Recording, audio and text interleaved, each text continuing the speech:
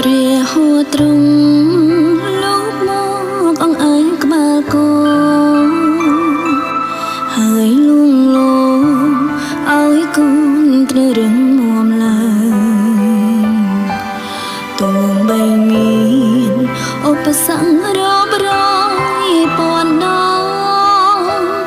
ក៏រំលងដោយទ្រង់បានជ្រងផុតទៅព្រះហួរទ្រង់លោកមកក្រសាកាយគូខ្លាចកូនស្មូរង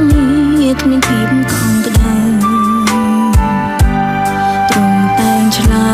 យរាល់ពេលដែលកូនស្រែកទ្រង់តែងនៅ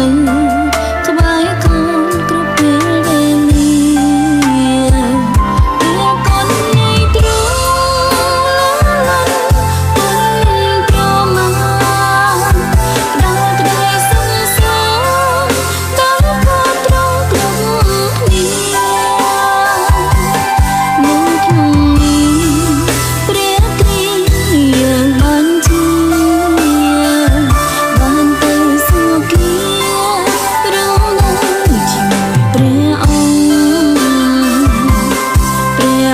ទ្រង់